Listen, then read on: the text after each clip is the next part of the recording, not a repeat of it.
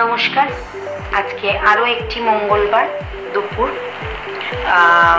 মানে আমি যখন কবিতাটি পাঠ করতে বসেছি এখন দুপুর, তাই বললাম, কারণ ছাড়ার সময় তো আমি বলি না, আপনারা জানেন আমার ছাড়তে আসলে ছোট বাচ্চা তো, ওকে সামলানোর, স্কুল থেকে ফেরা, তারপরে সাংসারিক প্রচুর কাজ থাকে,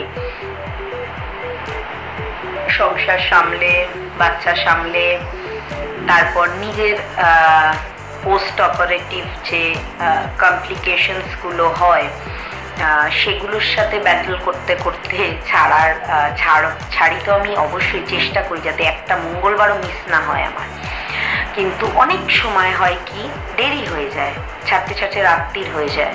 তারপর হাজব্যান্ডেরও ব্যাপার আছে, হাজব্যান্ড অফিস থেকে আসে, তাকেও তো কি করতে হয়, মানে তাকেও খাবার টাবার দেওয়া, সব কিছুই জানেন আপনারা যারা হাউসওয়াইফ, যারা কাজ করেন তারাও, তাদেরকে বাড়ি এসেও সমস্ত সংসারের কাজ সামলাতে হয়। আমার বাবা মা আছেন, তাদেরকে সব কিছু করা, তো অনেক সময় এই এত দায়িত্ব সামলাতে গিয়ে না রাত্রির হয়ে যায় ছাড়তে ছাড়তে। তো আপনারা দেখেছি আমি, মানে আপনারা আমার পুরো অপারেশন টাইমটা আপনারা একজনও আমার চ্যানেল থেকে ছেড়ে, মানে চ্যানেলে আনসাবস্ক্রাইব করেননি। আপনারা যেভাবে আমার সাথ দিয়েছেন, আমি সত্যি আমি গ্ল্যাড যে আপনারা আমার পাশে থেকেছেন ওই সময়টা, কারণ আমার তো চ্যানেলে তখন ভিডিও আসছিল না, আমি আপনাদের ইন্টিমেশন দিচ্ছিলাম যে আমার এখন শরীর ভালো না, আপনারা জানতেন না কি হয়েছে, কিন্তু তবুও আপনারা ওই সময়টা যে কজন আমার পুরনো ভিডিওস দেখেছেন বা আমার চ্যানেলকে সাবস্ক্রাইব করে রেখেছেন, ওই সময় ভিডিও না আসা সত্ত্বেও তাদের প্রত্যেকের জন্য আমি যদি পারতাম আমি আপনাদের প্রত্যেককে পার্সোনালি থ্যাংক ইউ বলতাম, সেটা তো পসিবল না, কারণ আমি কাউকেই চিনি না। তো আমি সত্যি গ্ল্যাড, আমি সত্যি আপনাদের কাছে খুবই আই এম অনার্ড যে আপনারা আমার চ্যানেলটাকে সাবস্ক্রাইব করে রেখেছেন, এবং আপনাদের জন্য আমি রিয়েলি আমি একটা ক্ল্যাপ করতে চাই। আপনারা সত্যি আমি অবশ্যই কৃতজ্ঞ, এটাই বলতে চাই আমি, যে আপনারা যারা ছিলেন আমার পাশে তারা প্রত্যেকে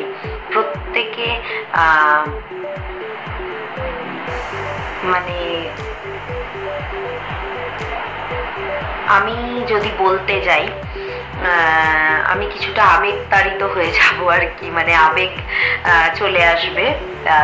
তো আমি চাইছি না,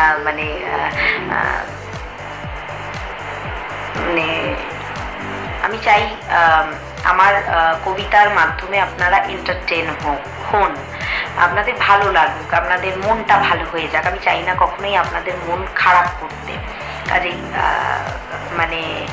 আমি যেদিন দেখলাম যে অপারেশনের পর যখন ছাড়বো, আমি সত্যি ওই টাইমটা আমার চ্যানেল পর্যন্ত খুলে দেখতে পারিনি। যখন দেখলাম যে আমার চ্যানেলে যতজন সাবস্ক্রাইবার ছিলেন ততজনই আছেন, সত্যি লিটারেলি আমার চোখে জল চলে এসেছিল।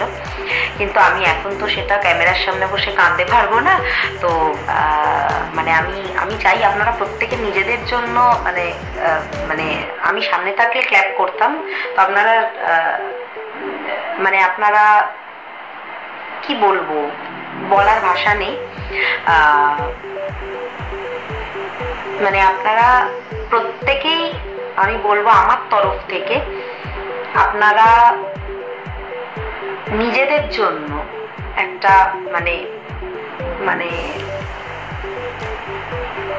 নিজেদেরকে অ্যাকচুয়ালি সিরিয়াসলি আমি ভাষা পাচ্ছি না, থ্যাংক ইউ আমার তরফ থেকে, নিজেদেরকে একটা থ্যাংক ইউ দিন, যে thank you for supporting me. এবং এখনো আপনারা প্রত্যেকে, আমি দেখি আপনারা ওয়াচ করেন, তার জন্য একটা বিরাট বিরাট বিরাট big thank you for everyone. আর আশা করব আগামী দিনেও আমার নতুন চ্যানেলটি খুলেছি সেটাতেও আপনারা আমার পাশে থাকবেন এবং এগুলোতেও কনস্ট্যান্টলি আমার পাশে থাকবেন এবং আমিও আপনাদের পাশে থাকার চেষ্টা করব।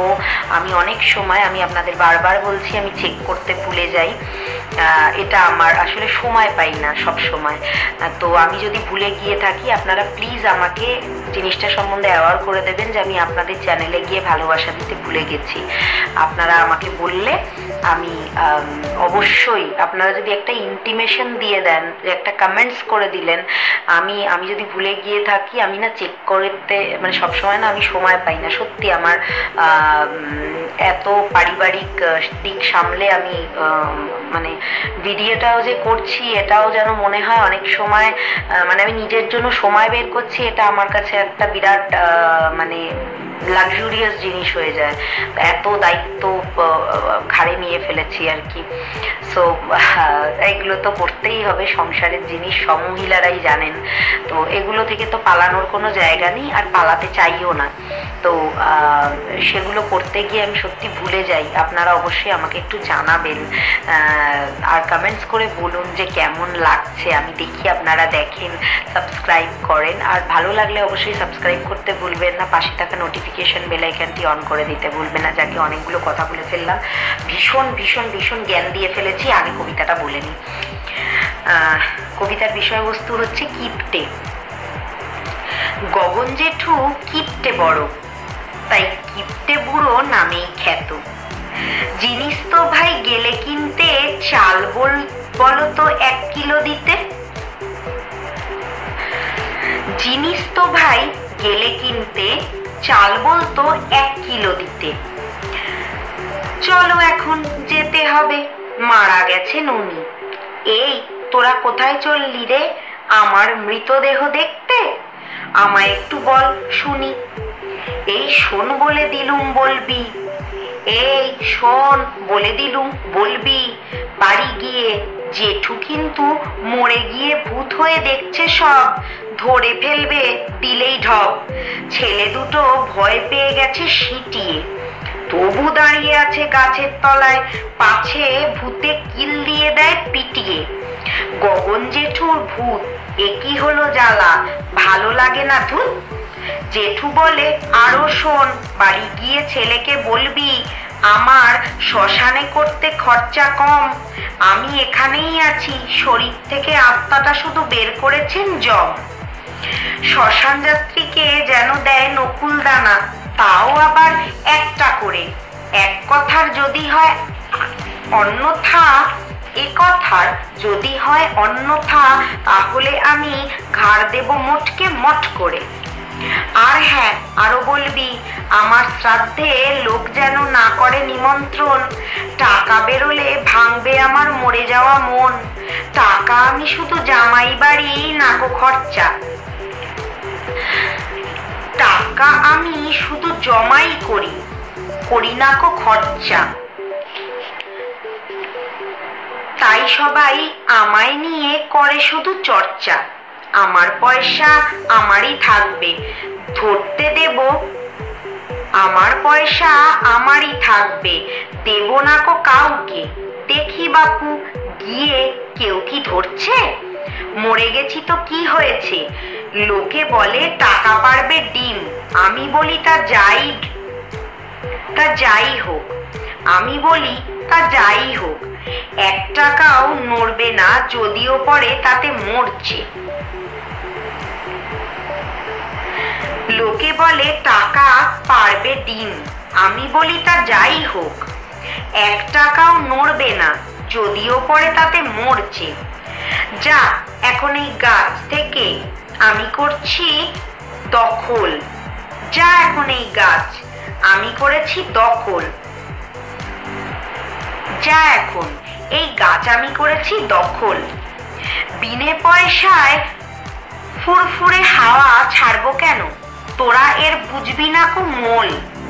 হাঁপ ছেড়ে বেঁচে দুজন দৌড় লাগায় জোরে, থামে গিয়ে গগন জেঠুর বাড়ির তেমাথার মোড়ে।